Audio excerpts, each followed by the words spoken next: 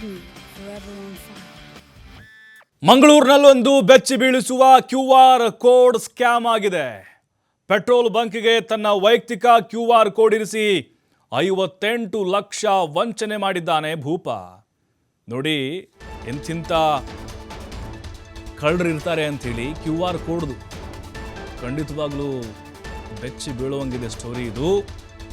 Petrol ಬಂಕಲ್ಲಿ ತನ್ನ personal QR code ಇರಿಸಿ 58 ಲಕ್ಷ ರೂಪಾಯಿ ಟೋಪಿ ಹಾಕಿದ್ದು.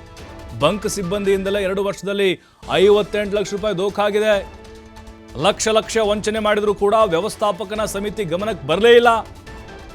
ಮಂಗಳೂರಿನ ಬಂಗ್ರಕೂಳೂರು ರಿಲಯನ್ಸ್ ಔಟ್ಲೇಔಟ್ನಲ್ಲಿ ಆಗಿರುವಂಥ ಘಟನೆ ಇದು.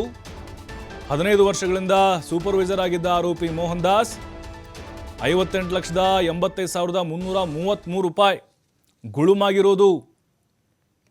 ನೋಡಿ, 15 ವರ್ಷದಿಂದ ಕೆಲಸ ಮಾಡ್ತಿದ್ದಾನೆ ಇವನು ಸೂಪರ್ವೈಸರ್ ಆಗಿ.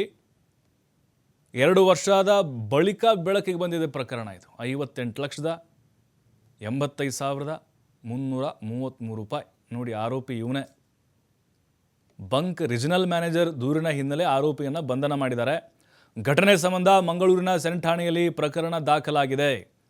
ನೋಡಿ, ಯಾರಿಗೂ ಗೊತ್ತೇ ಆಗಿಲ್ಲ ಇದು.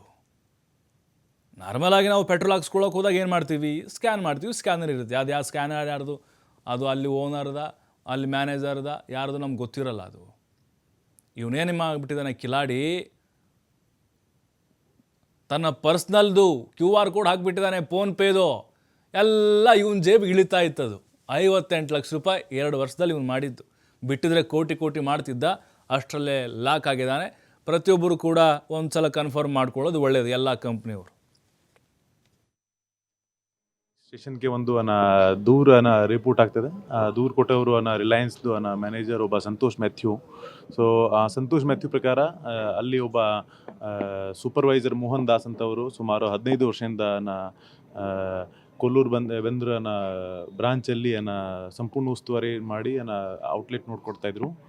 2020 ಮಾರ್ಚಲ್ಲಿ ಅವರು ಅಲ್ಲಿ ರಿಲಯನ್ಸ್ದು QR ಕೋಡ್ ತೆಗೆದುಬಿಟ್ಟು ತಮ್ಮದೇ ಒಂದು ಬ್ಯಾಂಕ್ ಅಕೌಂಟ್ದು QR ಕೋಡ್ ಹಾಕಿ ಸತತವಾಗಿ ಒಂದು 2 ವರ್ಷಕ್ಕಿಂತ ಹೆಚ್ಚು 2020 ಮಾರ್ಚಿಂದ 2022 ಜುಲೈವರೆಗೆ ಒಂದು ಸುಮಾರು 58 ಲಕ್ಷದು ಹಣ ಫೋರ್ಜರಿ ಮಾಡಿದ್ದಾರೆ ಮತ್ತು ತಮ್ಮದೇ ಅಕೌಂಟ್ಗೆ ಬ್ಯಾಂಕ್ ಆಫ್ ಇಂಡಿಯಾದ ಅಕೌಂಟ್ಗೆ ಟ್ರಾನ್ಸ್ಫರ್ ಮಾಡಿದ್ದಾರೆ.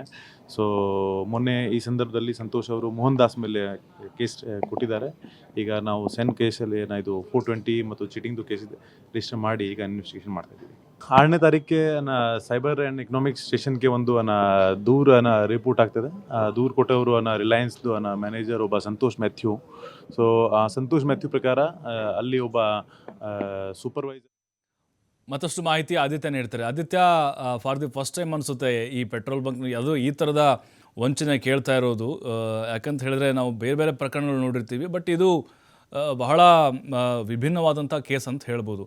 ಅಲ್ಲ, 2 ವರ್ಷ ಆದರೂ ಗಮನಕ್ಕೆ ಬಂದಿರಲಿಲ್ವಾ ಅವರು? ಹೇಗೆ ಸಿಕ್ಕಾಕೊಂಡ ಇವನು? ಪ್ರಭು, ಅಂದ್ರೆ ಈ ರಿಲಯನ್ಸ್ಗೆ ಸಂಬಂಧಪಟ್ಟಂತ ಒಂದು ಔಟ್ಲೆಟ್ ಇದಾಗಿರುವಂತದ್ದು ಮತ್ತು ಆ ಭಾಗದ ಆ ಒಂದು ಪೆಟ್ರೋಲ್ ಬಂಕ್ಗೆ ಪರ್ಟಿಕ್ಯುಲರ್ ಆಗಿ ಆತ ಸೂಪರ್ವೈಸರ್ ಕೂಡ ಆಗಿದ್ದ ಮೋಹನ್ ದಾಸ್ ಎಂಬ ಆತ. ಅಂದ್ರೆ ಆತನ ಸುಪರ್ದಿಯಲ್ಲಿ ಎಲ್ಲ ನಿರ್ವಹಣೆಗಳಲ್ಲಿ ನಡೀತಾ ಇತ್ತು.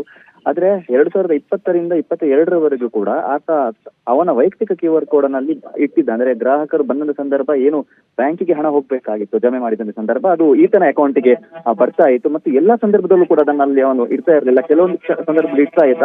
ಆದ್ರೆ ಇದು ಆ ಕಂಪನಿ ಒಂದು ಗಮನಕ್ಕೆ ಬಂದಿರಲಿಲ್ಲ. ಆದ್ರೆ ಓವರ್ ಆಲ್ ಆಡಿಟಿಂಗ್ ಆಗುವಂತ ಸಂದರ್ಭ ಅಂದ್ರೆ ಸುಮಾರು 2 ವರ್ಷಗಳ ಬಳಿಕ ಈಗ ಈ ವಿಚಾರ ಗಮನಕ್ಕೆ ಬಂದಿರುವಂತದ್ದು. ಆ ಗಮನಕ್ಕೆ ಬಂದ ಕೂಡಲೇ ಈ ಅವರು ಸ್ಟೇಷನ್ ಕಂಪ್ಲೇಂಟ್ ಅನ್ನು ಕೊಟ್ಟಿದ್ದಾರೆ. ಕೊಟ್ಟ ಕೂಡಲೇ ಆರೋಪಿಯನ್ನು ವಶಪಡಿಸಿದ್ದಾರೆ. ಬಳಿಕ ಈತ ತನ್ನ QR ಕೋಡ್ ಅನ್ನೆಲ್ಲ ಇಟ್ಟು ಈ ತರ ವಂಚನೆಯನ್ನು ಎಸಗಿದ್ದಾನೆ ಅನ್ನುವಂತಹ ಒಂದು ಆರೋಪ ಬೆಳಕಿಗೆ ಬಂದಿರುವಂತದ್ದು. ಈಗ ಸದ್ಯ ವಿಚಾರಣೆ ನಡೀತಾ ಇದೆ. ಥ್ಯಾಂಕ್ ಯು ಆದಿತ್ಯ ಮಾಹಿತಿಗಾಗಿ.